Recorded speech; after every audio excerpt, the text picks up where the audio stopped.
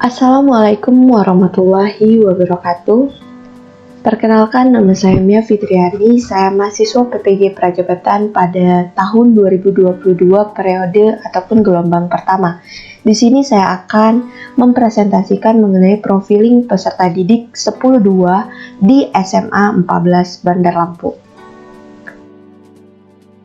Yang pertama yaitu profiling peserta didik etnik ataupun kultural. Di sini banyak sekali etnik yang ada di 10-2 di SMA Negeri 14 Bandar Lampung, yaitu ada suku Lampung, suku Jawa, suku Palembang, suku Kupang, suku Sunda, suku Batak, suku Padang, maupun suku Aceh. Tetapi menurut saya pembelajaran di 10-2 itu sudah cukup baik karena memang menggunakan bahasa Indonesia dengan baik dan benar. Tetapi mungkin untuk meningkatkan budaya Lampung itu sendiri, karena kita memang belajar di daerah Lampung, maka mungkin boleh di setiap 1 minggu ditetapkan 1 hari untuk diwajibkan peserta didik memakai bahasa Lampung untuk meningkatkan literasi berbahasa Lampung dan tidak meninggalkan budaya Lampung itu sendiri.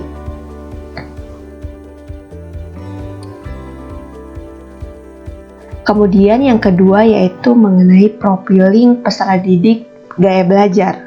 Gaya belajar di 10-2 itu ada yang audio visual, kinestetik, campuran, dan itu menurut saya juga sudah terbagi rata karena memang setiap gaya belajar itu memiliki peserta didik yang sudah hampir seimbang. Nah, berdasarkan profiling tersebut, pembelajaran yang dapat diterapkan di 10-2 yaitu pembelajaran berdiferensiasi, yaitu sesuai dengan gaya belajar masing-masing peserta didik. Misalnya, guru dapat menerangkan PPT, video, maupun diskusi dan praktikum. Kemudian profiling peserta didik yang perkembangannya itu perkembangan sosial, yaitu ada 3 kategori, yaitu belum berkembang, berkembang sesuai harapan, dan mulai berkembang. Di sini berdasarkan profiling tersebut, pembelajaran di 10-2 harus melibatkan kelompok dan diskusi, sehingga peserta didik yang masih belum berkembang dan mulai berkembang bisa bersosialisasi dengan teman sekelasnya dengan baik. Mungkin juga bisa ditugaskan peserta didik untuk mewawancarai teman ataupun narasumber-narasumber, sehingga itu dapat memacu perkembangan sosialnya yang lebih tinggi lagi.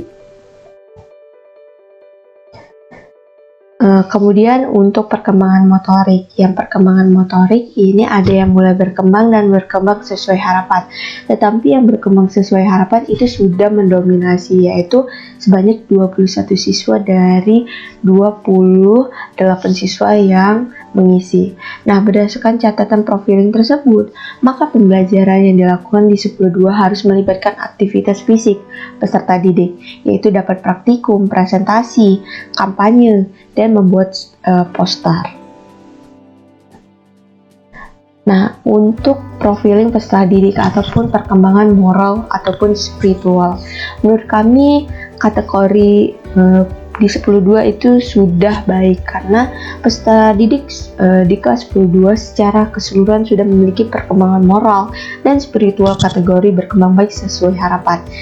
Hal ini saya simpulkan karena memang peran dari sekolah itu sangat membantu, karena sebelum pembelajaran berlangsung pada pagi hari itu ada mengaji ataupun tadarus bersama, di mana siswa-siswi tersebut sudah harus di kelas dan menyimak tadarus tersebut. Kemudian pada waktu zuhur dan asar itu mereka melakukan sholat berjamaah. Dan yang ketiga yaitu adanya infak setiap hari Jumat, sehingga itu dapat memacu perkembangan moral ataupun spiritual berdasarkan kategori lingkungan sekitar. Nah, untuk peserta didik yang status sosial, di sini menurut saya status sosial di 10-2 itu sudah sangat baik karena memang untuk status sosial penghasilan ke atas itu ada 12 dan status sosial penghasilan menengah itu ada 7 dan status sosial penghasilan ke bawah itu ada 8. Nah, untuk mengatasi status sosial penghasilan ke bawah itu harus melaksanakan pembelajaran dengan sederhana, yaitu misalnya pada praktikum itu menggunakan bahan sederhana, ekonomis dan tidak memberatkan peserta didik tersebut. Nah, untuk perkembangan emosi itu berkembang sesuai harapan semua dari 28 siswa yang mengisi link. Nah, perkembangan emosi itu digunakan untuk membantu melakukan pendekatan emosional mengenai pembelajaran. Misalnya, pada saat pembelajaran, guru dapat bertanya langsung mengenai apa hambatan dalam belajar dan lain sebagainya. Nah, selanjutnya yaitu profiling peserta didik mengenai minat belajar. Nah, untuk minat belajar itu banyak kategori. Yang pertama itu kategori berkembang sesuai harapan itu ada 17 siswa, dan mulai berkembang itu ada 9 siswa, dan sangat berkembang itu ada 2 siswa, dan belum ataupun kurang berkembang itu ada 3 siswa. Nah, catatan pada minat belajar ini yaitu melakukan pembelajaran menggunakan modal, metode, dan media yang menarik sehingga seluruh peserta didik mempunyai minat yang tinggi. Sehingga harapannya ketika model, metode, ataupun media itu sudah menarik, itu dapat memunculkan minat belajar dari siswa itu. Selanjutnya yaitu profiling peserta didik mengenai perkembangan kognitif. Ada yang kategori mulai berkembang yaitu 7 siswa, dan yang berkembang sesuai harapan itu sudah sangat mendominasi yaitu 21 siswa. Nah, manfaat untuk mengetahui perkembangan kognitif itu untuk melaksanakan pembelajaran dengan penilaian sesuai dengan perkembangan kognitif itu sendiri. Nah, untuk profiling peserta didik mengenai motivasi belajar, yang pertama itu ada kategori belum berkembang, ada yang berkembang sesuai harapan, sangat berkembang, dan mulai berkembang. Nah, untuk meningkatkan motivasi belajar dengan cara mengaitkan materi dengan contoh kehidupan sehari-hari. Misalnya pada baru-baru ini kan terjadi pandemi COVID-19, sehingga itu dapat kita kaitkan dengan pembelajaran virus, sehingga itu tuh dapat membuat motivasi belajar siswa itu, karena dari hal-hal kehidupan sehari-hari itu dapat mempunyai makna dan nilai belajar. Selanjutnya untuk profiling peserta didik jalur masuk.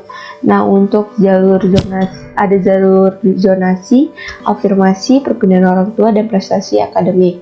Nah, pada jalur zonasi itu banyak sekali karena 21 siswa, dan afirmasi itu ada 4 siswa, dan perpindahan orang tua itu 1 siswa, dan prestasi akademik itu ada 1 siswa. Nah, proses masuk peserta didik ini sangat beragam, sehingga pembelajaran harus sesuai dengan kemampuan anak, dan diperlukan asesmen diagnostik untuk mengetahui pemahaman anak di awal. Mungkin bisa berupa pretest dan lain sebagainya, sehingga guru dapat menentukan pembelajaran awal yang mana yang perlu guru lakukan. Nah, untuk profiling peserta didik yaitu mengenai agama dan perbedaan gender itu keseluruhan beragama Islam. Nah, untuk jumlah peserta didik itu berdasarkan data yang diambil, jumlah peserta didik laki-laki sebanyak 16 orang, jumlah peserta didik perempuan sebanyak 12 orang, dan yang tidak mengisi survei itu sebanyak 6 orang. Jadi apa kesimpulan dari pembuatan profiling ini? Dari pembuatan profiling ini saya dapat mengetahui bahwa banyak sekali perbedaan dan keunikan dari masing-masing anak. Pastinya setiap anak memiliki potensi yang berbeda. Oleh karena itu, hal yang saya lakukan ketika saya di dalam kelas yaitu membuat beberapa opsi pembelajaran, di mana anak bebas memilih media pembelajaran yang sesuai dengan gaya belajar mereka, dan memberikan output tugas kepada peserta didik dengan beberapa pilihan opsi seperti pembuatan video, artikel, komik, peta konsep yang sesuai dengan apa yang mereka inginkan, sehingga sesuai dengan pembelajaran paradigma baru, yaitu pembelajaran yang berpusat pada peserta didik, dan profil Pancasila berperan menjadi penuntun arah yang membantu segala kebijakan dan pembaruan dalam sistem pendidikan Indonesia. Tentunya sesuai dengan hasil profiling tersebut, saya sudah dapat mengetahui motivasi belajar, minat belajar, etnik kultural, gaya belajar, perkembangan sosial, perkembangan motorik, perkembangan moral, status sosial, perkembangan emosi, minat belajar, perkembangan kognitif, dan jalur masuk peserta didik yang ada di kelas 10-2 di SMA Negeri 14 Bandar Lampung. Sehingga harapannya saya nanti dapat memberikan ataupun menerapkan pembelajaran sesuai dengan hasil profiling tersebut. Mungkin cukup dari saya. Terima kasih atas perhatiannya. Wassalamualaikum warahmatullahi wabarakatuh.